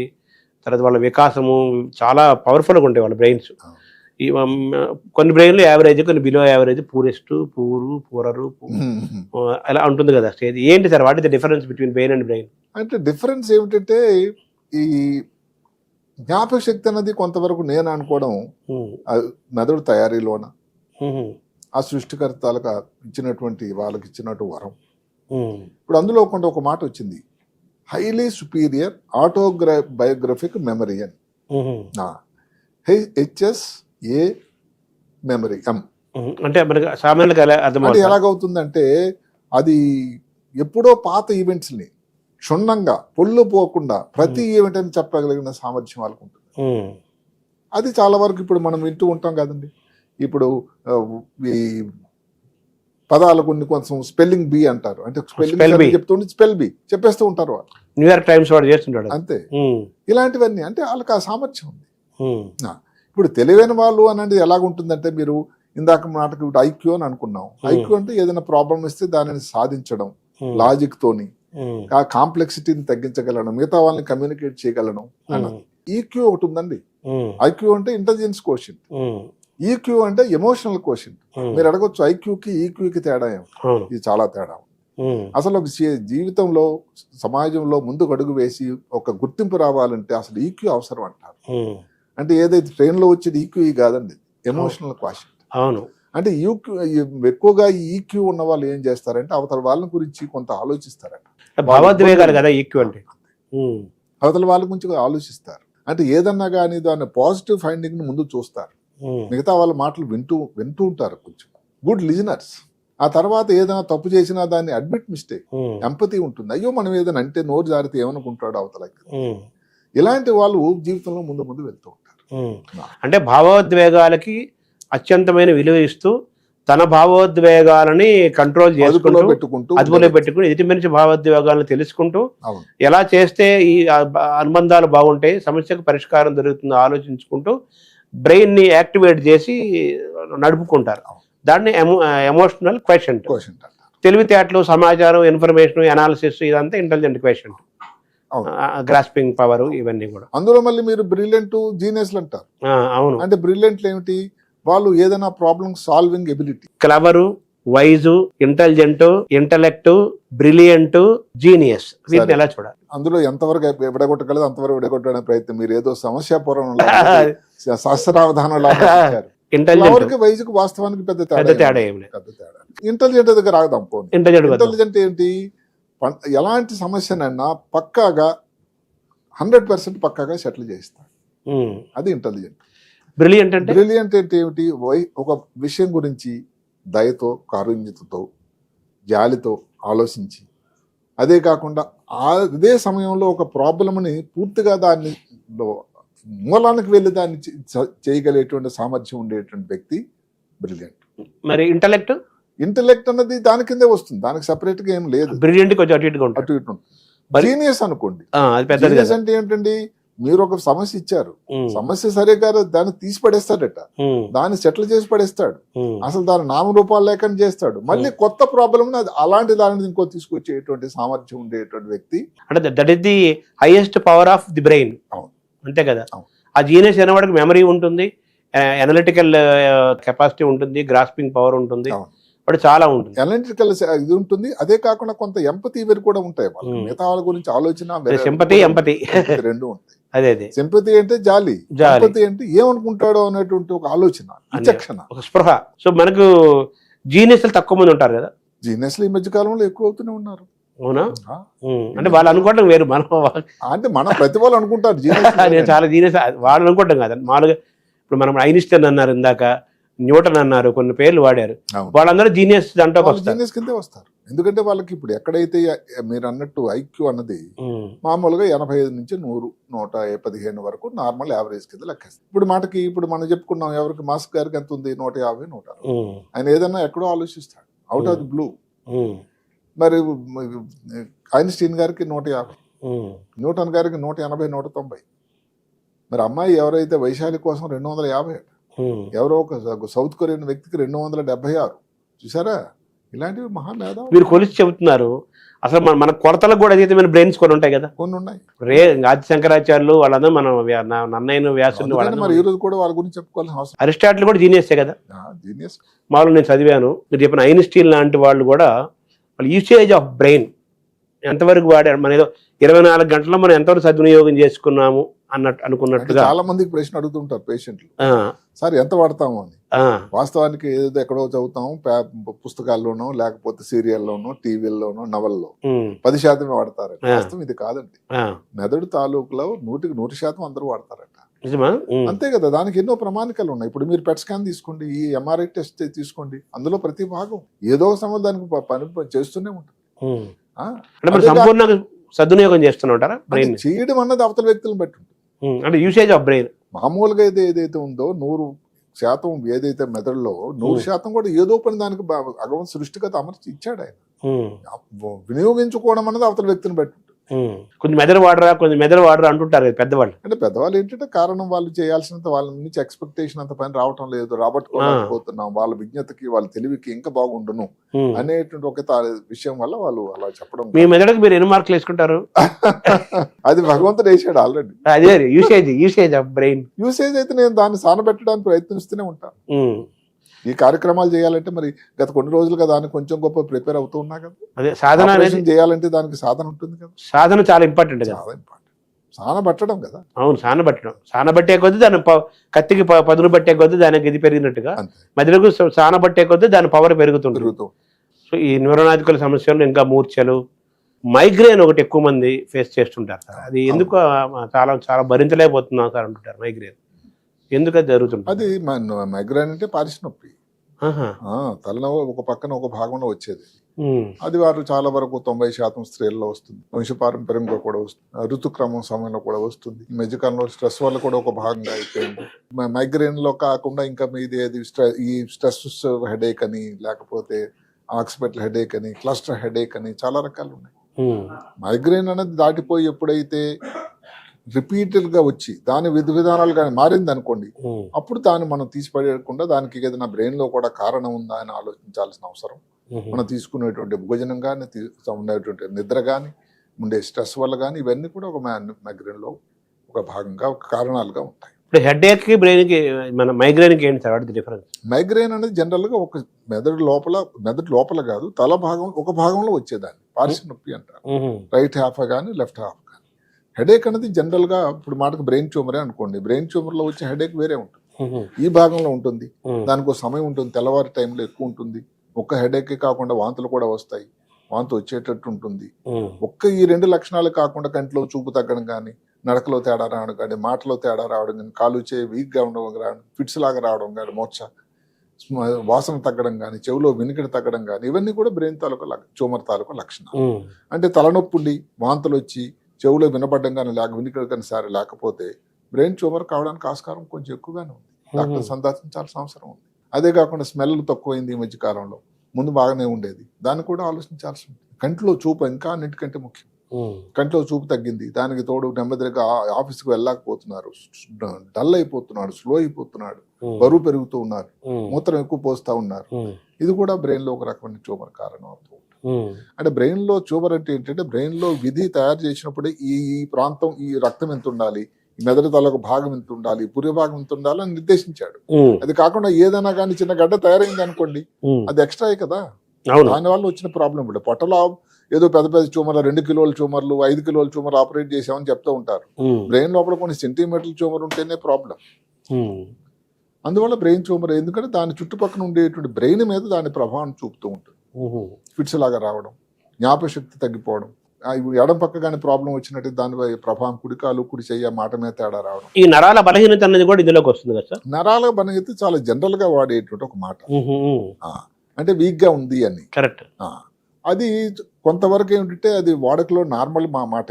అది కాకుండా అదే సంగతి మనం చెప్పుకున్నట్టు ఇందాక డయాబెటిక్స్ న్యూరోపతి వాళ్ళు కానీ, లేకపోతే విటమిన్ లోపాలు మధ్యన విటమిన్ B12 కానీ, D3 కానీ, ఇలాంటి విటమిన్ లోపించడం వల్ల కానీ వచ్చే B6 లో కానీ తేడా కానీ, అదే కాకుండా కొన్ని టీబీ కోసం మందులు వాడడం వల్ల, ఏదో ఐరన్ హెచ్ని మందులు వాడడం వల్ల కూడా వాళ్ళ నరాల మీద దాని ఎఫెక్ట్ వస్తూ ఉంటుంది. కొన్ని పెయింటర్స్ ఉంటారు, వాళ్ళు చేసేటువంటి ఆ పెయింటింగ్ దాని వల్ల దానికి ఈ ఆర్గనోఫాస్ఫరస్ కాంపౌండ్ తీసుకునే వాళ్ళు ఇలాగ దానివల్ల నరాల మీద దాని ఇబ్బంది. చివరికి మనకి మనిషి చచ్చిపోవడం అంటే హార్ట్ ఆగిపోవడం అంటారు, బ్రెయిన్ డెడ్ అంటారు కదా, ఏంటి వాటితో డిఫరెన్స్? అంటే ఇవి చిన్న తేడా ఉంది. బ్రెయిన్ డెడ్ అంటే బ్రెయిన్ పనిచేయడం ఆగిపోయిన తర్వాత కూడా గుండె కొట్టుకుంటూ ఉంటుంది కొంత సమయం. ఒక వ్యక్తిని మామూలుగా శాస్త్ర ప్రకారం వ్యక్తి జరిగిపోయాడు, చనిపోయాడని చెప్పాలంటే గుండె కొట్టుకోవడం కూడా ఆగిపోవాలి. హార్ట్ ఆగిపోవడమే మనిషి మరణం కింద లెక్క. ఇప్పుడు బ్రెయిన్ డెడ్ అంటే ఏమిటి? బ్రెయిన్ లో ఇందాక మనం ముందు చెప్పుకున్నా, కంటి 2 పాపులు పెద్దవైపోయి, గాలి తీసుకోవడం శ్వాస లేకుండా అయిపోయి, అసలు అచేతనంగా ఉండి, బీపీ డ్రాప్ అయిపోతూ ఉండేటట్టయితే బ్రెయిన్ డెడ్ కింద పరిగణిస్తాం. ఈ ప్రపంచంలో మామూలుగా మన 2 దేశాలు ఉన్నాయి కదా, ఏ దేశాన్ని ఎక్కువ బాగా బ్రెయిన్ ఉన్న దేశస్తులే ఏ దేశం కింద చూస్తారు? నేనైతే భారతదేశం అనే చెప్తాను. అవునా? అంటే ఇక్కడ నుంచి వలస వెళ్ళే కదండి, అక్కడ ఏది సిలికాన్ వ్యాలీ కానీ ఇంకెక్కడ కానీ అందరూ వాళ్ళు చేస్తున్నది. అనాది నుంచి కూడా అంతే అంటారా? అనాది నుంచి ఇప్పుడు మనం ఎక్కడి నుంచి ఋషులు మునులు వీళ్ళు అప్పటి నుంచి ఇప్పుడు ఏదైతే చేస్తున్నారో, వరామిహిరుడు లేకపోతే వాళ్ళందరూ అక్కడ నుంచి కదండి. అవును, మన ఆయుర్వేదము అన్నీ కూడా. కాబట్టి మేధావులు, మేధావర్గం అని అంటే ముందు నుంచి కూడా నేను కూడా భారతదేశంలోనే పేరెన్ని గణత ప్రాంతం. సో మన బయోకెమికల్ రియాక్షన్స్, లోపల జరిగే బయోకెమికల్ రియాక్షన్స్, ఈ న్యూరలాజికల్ దాన్ని 2 క్లబ్ చేయొచ్చా మనం? అంటే బయోకెమికల్ కొన్ని రియాక్షన్ జరుగుతూనే ఉంటాయి.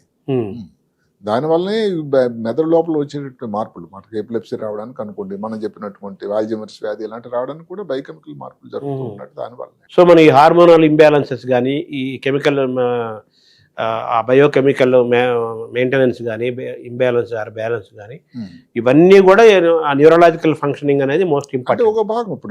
ఇప్పుడు హార్మోనే అనుకోండి, ఇప్పుడు పిచ్యూటరీ గ్రంథి అని ఉంటుంది. పిచ్యూటరీ గ్రంథి అనేది అన్నిటికీ హెడ్ క్వార్టర్స్, బ్యాండ్ మాస్టర్ అనమాట. ఇప్పుడు బ్యాండ్ మాస్టర్ ఇప్పుడు ఈ హార్మోన్ వాళ్ళు ఊగుతూ ఉంటే మిగతా అందరూ పిప్పి అని కొడుతూ ఉంటారు.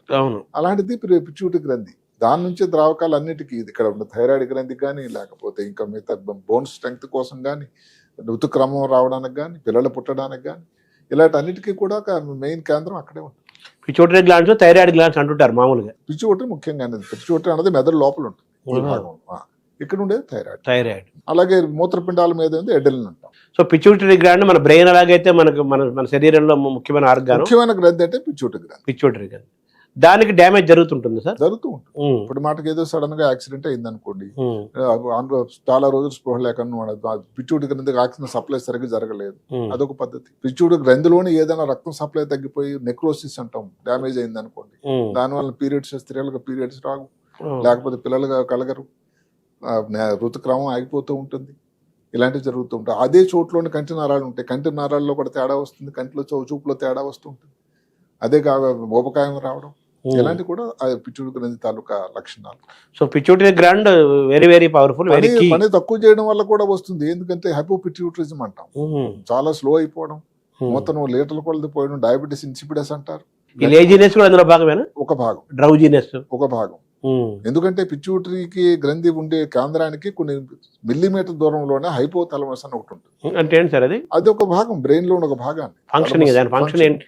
దాని టెంపరేచర్ ని ఇచ్చేయడం, అలర్ట్ గా ఉంచడానికి, ఉష్ణోగ్రత కంట్రోల్ చేయడానికి. సో ఈ పిచ్యూటరీ గ్లాండ్ మనం హెల్తీగా ఉంచుకోవడానికి ఏమన్నా మనం ఇంటేక్ ఫుడ్ అటువంటి ఉందా దానికి అలాంటి నిజానికి ఏం ఫుడ్ అంటూ లేదు. ప్రోటీన్స్ ఇబ్బంది వచ్చినప్పుడు సరిగా సమయంలో గుర్తించడమే దానికి ఇంపార్టెంట్. థ్యాంక్ యూ డాక్టర్ గారు. నమస్కారం.